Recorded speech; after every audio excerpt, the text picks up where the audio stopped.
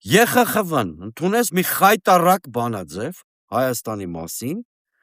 որտեղ որևէ խոսք չկա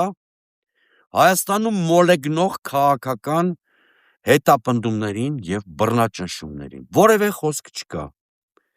Սա նշանակում է, որ ԵԽԽՎ-ն հող է նախապատրաստում, որպեսզի Փաշինյանը նոր ռեպրեսիաների դիմի։ Օրինակ, այդ ԵԽԽՎ բանաձևում խոսվում է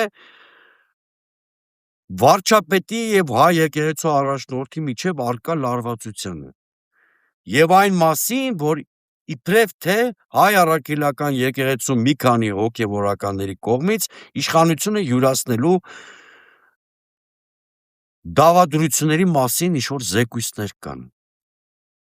Թող հասկանում եք ինչա կատարում, սիրելիներս, ոչ մի խոսք քաղաքական հետապնդումների ու ճնշումների մասին,